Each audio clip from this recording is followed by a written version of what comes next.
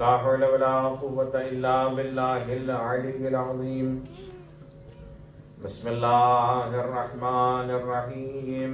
الحمد لله رب العالمين.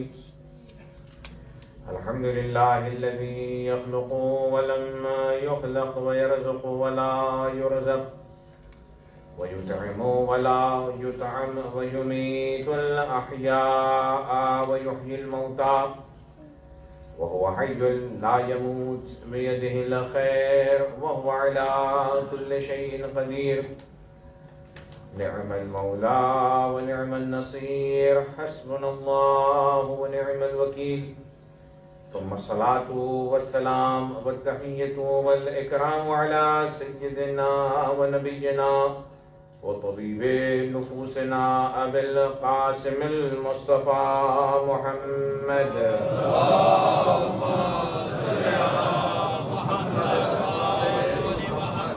وعلى آله الطيبين الطاهرين المعصومين المظلومين الهداة المهديين الذين أذهب الله عنهم الرجس وطهرهم تطهيرا.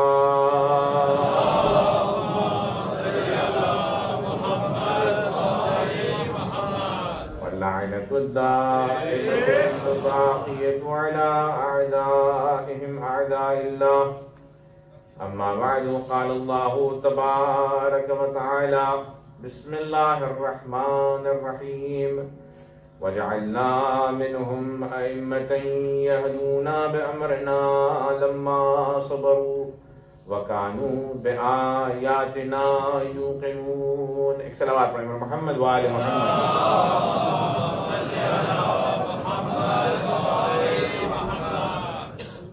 سلسلہ مجالس کا یہ نواں سلسلہ ہے اور آج 9 محرم کی شب میں ہم وارد ہو چکے ہیں. ایام بڑی تیزی سے گزر گئے، لیکن ہم نے بھرپور کوشش کی ہے کہ عزائے حسین کو برپا کریں اور اس عزا کے طفیل میں موضوع امامت سے، عقیدہ امامت سے وابستہ مزید وابستگی حاصل ہو. ہم نے یہ عرض کیا کہ امام ہم معتقد ہیں کہ خلیفہ ہو، کہ رسول ہو، کہ نبی، یا امام ہو یا ائمہ، سب کے سب کا انتخاب اللہ تبارک و تعالیٰ کرتا ہے. یہ عصمت کے درجے پر فائز ہیں، یہ غیب اور شہود کے جاننے والے ہیں، اللہ نے انہیں یہ علم دیا ہے، یہ سچے ہیں، صادقین انہیں کہا جاتا ہے. اور پھر اس کے بعد قرآن مجید سے ان کا گہرا تعلق ہے، یہ قرآن سے کے ساتھ ہیں اور قرآن ان کے ساتھ ہے. تو لہٰذا ہم نے یہ عشرے میں کوشش یہ کی ہے کہ اکثر ان آیات کی طرف رجوع کریں کہ جو مدح اہل بیت اطہار علیہ السلام ہے، اور ہماری گفتگو کا محور ہی قرآن تھا، کیونکہ امامت در آئین قرآن و حدیث. تو لہٰذا وہ آیات بھی آپ کی خدمت میں پیش کی تمام استدلالوں کے ساتھ کہ جو امام زمانہ سے مرتبط ہیں، اور گزشتہ 2 روز سے ان آیات کو آپ کی خدمت میں پیش کر رہا تھا جو میرے مولا ابا عبداللہ الحسین علیہ السلام سے.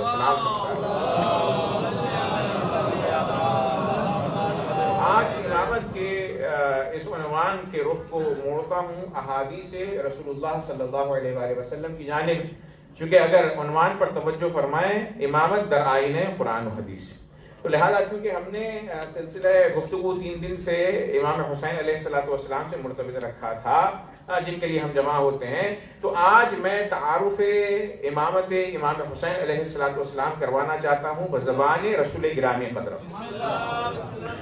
حضور نے فرمایا اپنی معروف حدیث میں کہ جسے آپ سنتے رہتے ہیں اور آپ کے اذہان عالیہ میں وہ حدیث موجود ہے، لیکن سرسری طور پر کل میں نے اسے بیان کیا تھا، طولانی حدیث ہے.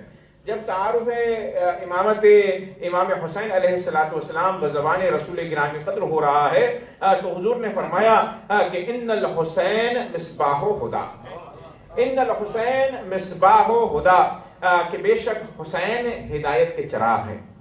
وَالسَّفِينَةُ نجات، اور سفینہ ہے نجات کا، کشتی ہے نجات کی.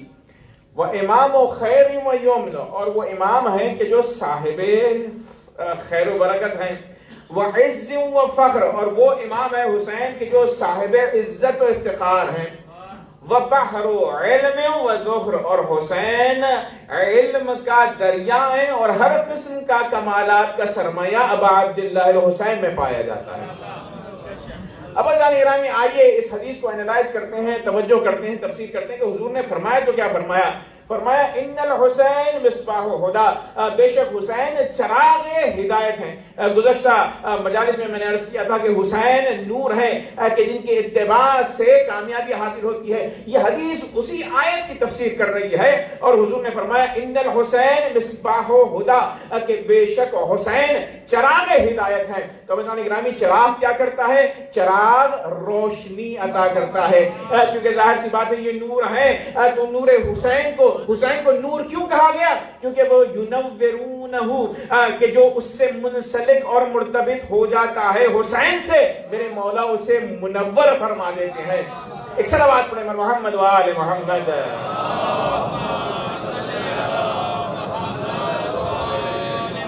تو اب جب حسین کو چراغ ہدایت کہا گیا، چراغ کیا ہے؟ روشنائی دیتا ہے۔ اور پھر چراغ کی خصوصیت کیا ہوتی ہے؟ جہاں پر چراغ روشن ہو جائے وہاں تاریکی اپنا دامن چھوڑ جاتی ہے۔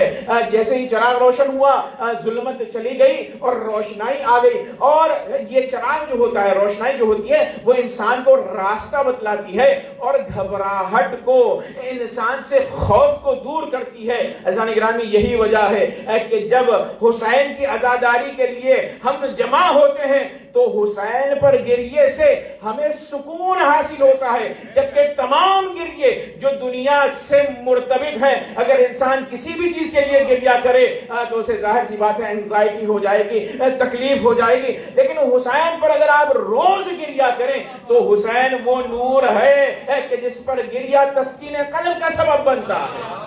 ایک صلوات پڑھیں محمد و آل محمد۔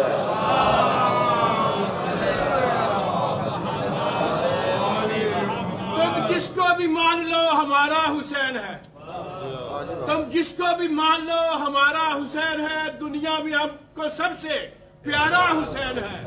جس لا الہ کو پڑھ کے مسلمان تم ہوئے، اس لا الہ کا اب بھی سہارا حسین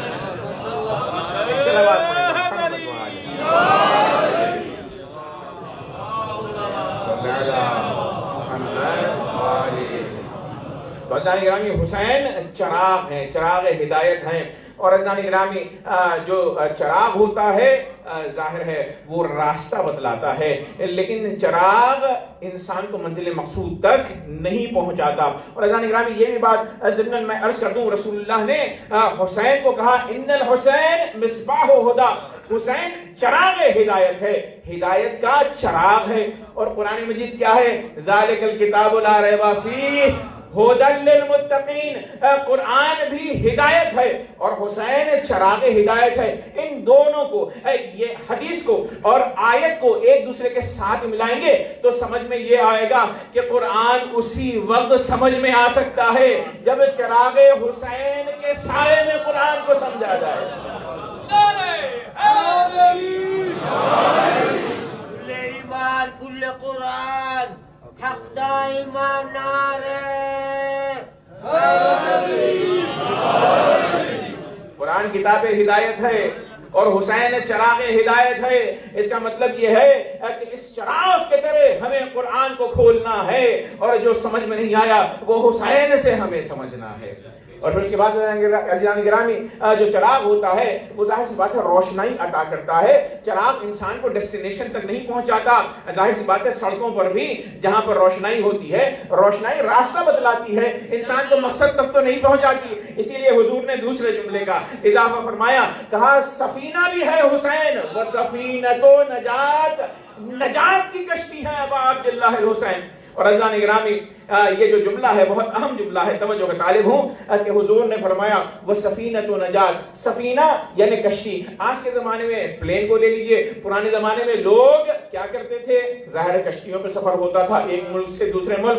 آج کے زمانے میں جہاز پر ہم سفر کرتے ہیں۔ تو بھائیان گرامی، جب آپ کسی سواری پر، سفینے پر سوار ہو جائیں، چاہے وہ کشتی ہو چاہے ایروپلین ہو، جو کشتی کا ناخدا ہے یا ہوائی جہاز کا پائلٹ ہے، جب آپ پلین میں بیٹھ جائیں تو آپ سے کہتے ہیں بیلٹ کو باندھ دیجیے گا، امنیتی اور احتیاطی تدابیر کو مد نظر رکھیں، ملحوظ رکھیں۔ پائلٹ آپ کو یہ گارنٹی نہیں دیتا، ایویشن میں کوئی ایئر لائنز آپ سے یہ نہیں کہتی کہ ہم 100% آپ کو ڈیسٹینیشن تک پہنچا کر رہیں گے۔ وہ کہتے ہیں اگر حالات سازگار ہوئے تو ضرور پہنچیں گے، لیکن 100% کوئی گارنٹی نہیں دیتا۔ تو رسول اللہ نے اس جملے میں بڑی ہی توجہ کے ساتھ فرمایا وہ سفینۃ و نجات، حسین کا سفینہ عام سفینوں کے ویسا نہیں ہے۔ اگر تم اس سفینے پر سوار ہو جاؤ گے تو نجات گارنٹیڈ ہے اور حتمی ہے، یعنی حسین تمہیں لقاء اللہ تک پہنچا کر رہیں گے۔ ایک صلوات پڑھیں پر محمد و آل محمد۔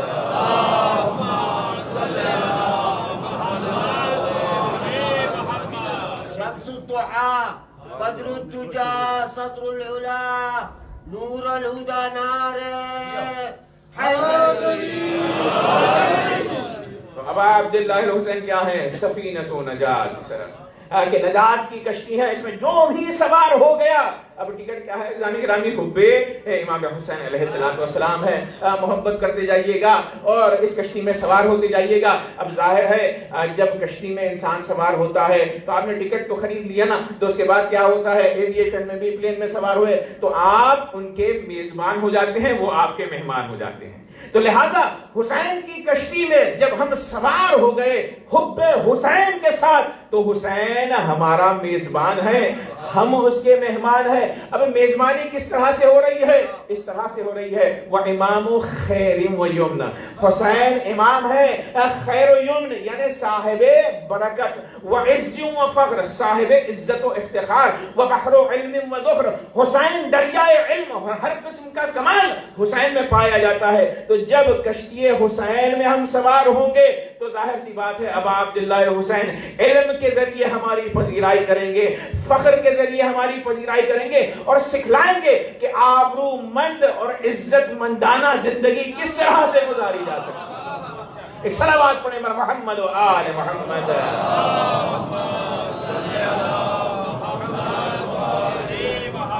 اسی لیے جان گرامی جو حسین کا ماننے والا ہے اور حسین سے جو متمسک نہیں ہے اس میں بہت بارز فرق نظر آتا ہے۔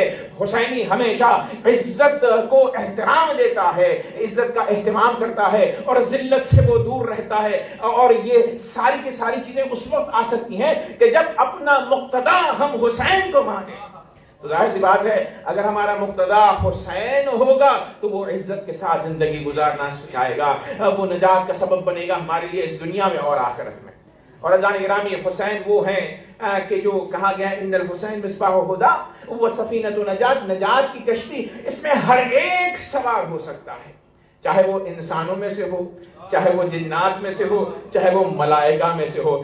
حسین نے نجات ہر ایک کو دی ہے۔ اور جان گرامی حسین کی نجات کا کیا کہنا کہ نجات انسانوں کو بھی دیں گے اور دینے والے ہیں، اور فرشتوں کو بھی حسین نے نجات عطا کی۔ آپ کی توجہ پہنچ گئی فطرس کی طرف، لیکن واقع فطرس کو میں بیان کرنا چاہتا ہوں اس لیے کہ کچھ اس پر اعتراضات ہیں تاکہ ان کے بھی جوابات ہو جائیں۔ صلوات پڑھیں پر محمد و آل محمد۔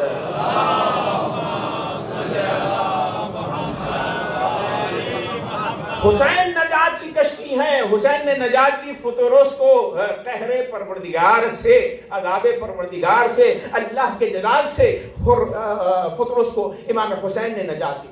یہ شیخ صدوق اپنی کتاب اعمال صدوق میں لکھتے ہیں کہ ایک مرتبہ جیسے ہی امام حسین علیہ السلام کی ولادت ہوئی تو 70,000 فرشتوں کے ساتھ جبرائیل امین گزر رہے تھے تاکہ رسول اللہ کی بارگاہ میں آئے، تحیات اور سلام پیش کریں۔ جب گزر رہے تھے تو فطرس کے جو عذاب الہی میں گرفتار تھا، جس کے پر جل چکے تھے، وہ ایک جزیرے میں تھا۔ کتنے سال سے؟ 700 سال سے۔ توجہ کا طالب عزیزان گرامی، 700 سال سے عذاب الہی میں پر اس کے جل گئے اور وہ ایک جزیرے میں ہیں، اور ایک جزیرے میں وہ کیا کر رہا ہے؟ اللہ تبارک و تعالیٰ کی عبادت کر رہا ہے۔ تو جیسے اس نے دیکھا کہ ایک جھنڈ چلا جا رہا ہے، ایک گروہ ملائکہ کا جا رہا ہے جس کی رہبری کر رہے ہیں جبرائیل امین، تو ایک مرتبہ جبرائیل کو اس نے پکارا، کہا کہ اے اللہ کے ملک، عظیم ملک، کہاں جا رہے ہو؟ تو کہا حسین متولد ہوئے ہیں۔ تو جان گرامی جیسے ہی نام حسین فطرس نے سنا تو ایک مرتبہ تمنا جاگی کہ کاش ہو سکتا ہے کہ اللہ اس حسین کے وسیلے سے مجھے بخش دے، اگر ایسا ہو جائے تو کتنا اچھا ہوگا۔ تو کہا کہ اے جبرائیل مجھے بھی اپنے ساتھ لے چلو۔ تو جبرائیل نے کہا ٹھیک ہے کوئی مسئلہ نہیں، آئے تحیات پیش کی رسول اللہ کی خدمت میں، اور پھر اس کے بعد جب ساری گفتگو ہو چکی تو ایک مرتبہ ہماری یہ صدوق میں یہ روایت ہے کہ جبرائیل نے رسول اللہ سے کہا یا رسول اللہ یہ فرشتہ ہے، یہ کچھ آپ سے کہنا چاہتا ہے۔ اس فطرس نے کہا یا رسول اللہ آپ رحمت للعالمین ہیں، مجھ پر اللہ کا قہر ہے، دعا کر دیجئے، دعا آپ کی قبول ہو جائے گی تو مجھے نجات ہو جائے گی عذاب سے، میں پھر سے دوبارہ فرشتوں میں چلا جاؤں گا۔ فضان گرامی ایک مرتبہ حضور نے کیا فرمایا؟ کہا قل تمسح بهذا المولود، اے جبرائیل اس سے کہو کہ یہ مولود سے اپنے جسم کو مس کرے۔ فضان گرامی اگر رسول اللہ چاہتے تو رحمت للعالمین تھے، خود دعا کرتے تھے، لیکن رسول اللہ نے بتلایا ہم وسیلے کے ماننے والے ہیں، میں چاہتا ہوں کہ فطرس کو وسیلہ حسین سے شفا حاصل ہو۔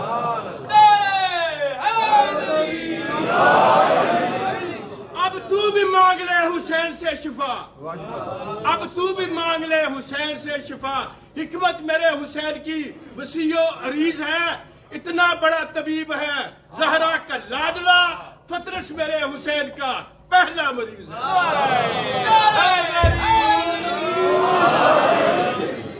سب مل کر صلوات پڑھیں پر محمد و آلہ۔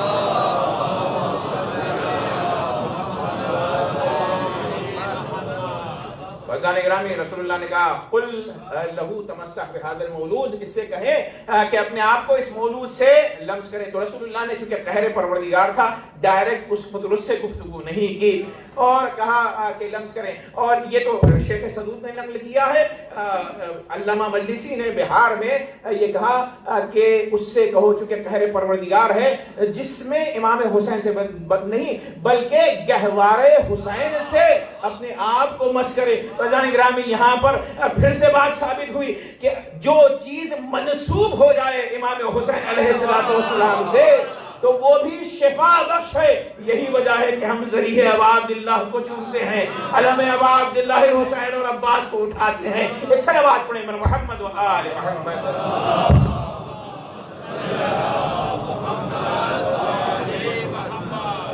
تو رسول اللہ نے دوسری روایت کے مطابق کہا کہ اس سے کہیں کہ وہ گہوارے حسین سے اپنے آپ کو لمس کرے۔ یہی وجہ ہے کہ امام عسکری علیہ السلام نے جسے مفادی میں بھی ہم دعائے شعبان میں نقل کرتے ہیں، آبا فطرس بمہدے، فطرس نے پناہ حاصل کی گہوارے حسین سے، وَنَحْنُ عَائِدُونَ مِن بَعْدِهِ إِلَىٰ قَبْرِهِ، اور شہادت حسین کے بعد ہم پناہ لیتے ہیں قبر ابا عبداللہ الحسین سے۔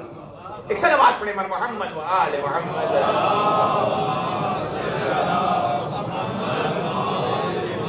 اور سے وسیلہ سمجھ میں آیا، لیکن اب اعتراض ہوا، کچھ خودیوں نے اعتراض کیا، کچھ اغیار نے اعتراض کیا۔ انہوں نے کہا کہ بھئی کیا قرآن نہیں پڑھا آپ نے؟ اللہ تو کہتا ہے کہ فرشتے معصوم ہیں، تو یہ واقعہ ہی سرے سے غلط ہو گیا۔ اور انہوں نے قرآن مجید کی آیت پڑھی ہے، وہ میں پڑھنا چاہتا ہوں کہ اللہ نے فرمایا یا ایھا الذین آمنوا، اے ایمان لانے والو، قوا انفسکم واہلیکم نارا، اپنے آپ کو اور اپنے گھر والوں کو جہنم کی آگ سے بچاؤ، وقودھا الناس والحجارہ، جس کا ایندھن انسان ہیں اور پتھر ہیں، علیہا ملائکۃ غلاظ شداد لا یعصون اللہ ما امرہم ویفعلون ما یؤمرون، جہنم کے اوپر مسلط ہیں ایسے سخت اور تنخو فرشتے کہ جو اللہ کی معصیت نہیں کرتے، لا یعصون اللہ ما امرہم، جو اللہ حکم دیتا ہے اس کا احتجاج نہیں کرتے، وَيَفْعَلُونَ مَا يُؤْمَرُونَ، اور جو انہیں کہہ دیا گیا ہے اسے انجام دیتے ہیں.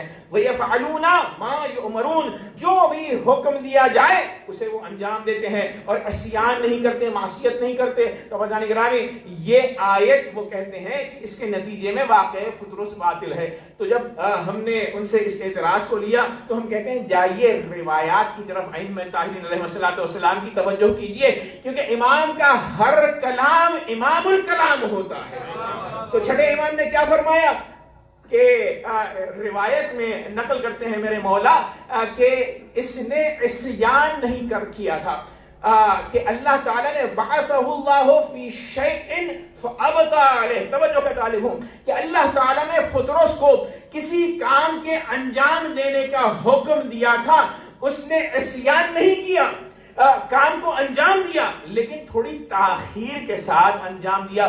فابطا علیہ یعنی عمل تو انجام ہوا, حکم کی تعمیل ہوئی لیکن تاخیر کے ساتھ. تو اب یہ تاخیر کیا ہوئی؟ یہ عصیان نہیں ہے, یہ گناہ نہیں ہے, بلکہ ترک اولا ہے. اور ترک اولا کے حوالے سے کسی نے نہیں کہا کہ ملک سے ترک اولا سرزد نہیں ہو سکتا. ایک صلوات پڑھیں محمد و آل محمد.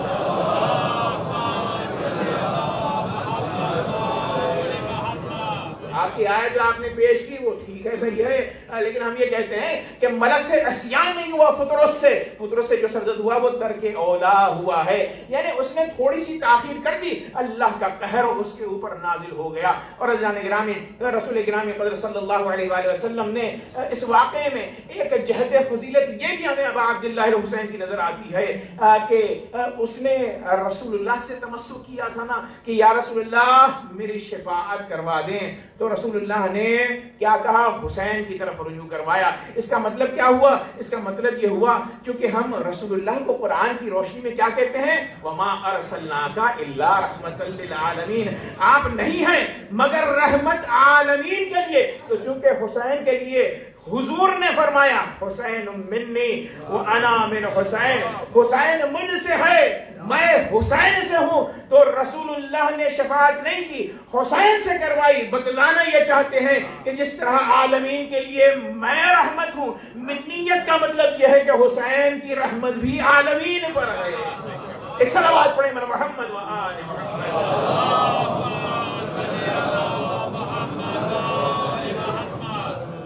تو جس طرح رسول اللہ صلی اللہ علیہ وآلہ وسلم رحمت للعالمین ہے, اسی طریقے سے حسین بھی, اس کی رحمت ابا عبداللہ الحسین کی رحمت عالمین کے لیے ہے.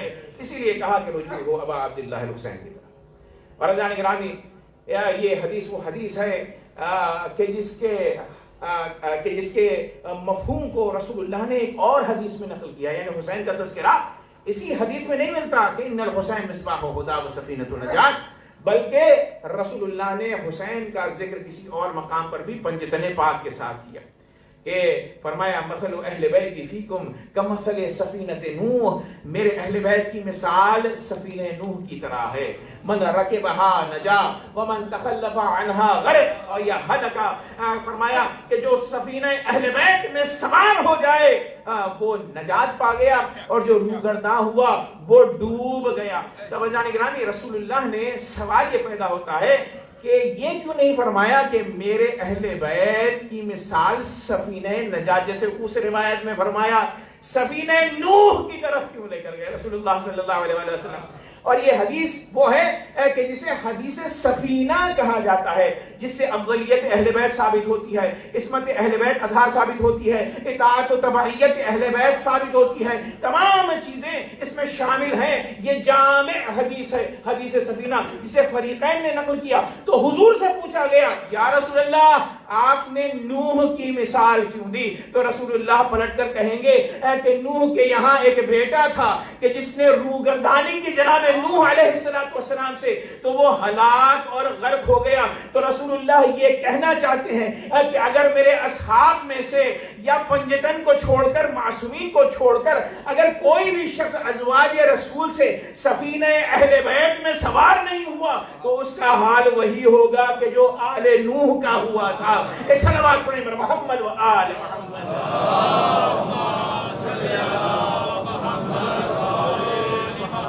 کعبہ کے گرد پھرتے ہیں مگر جانتے نہیں, کعبہ کے گرد پھرتے ہیں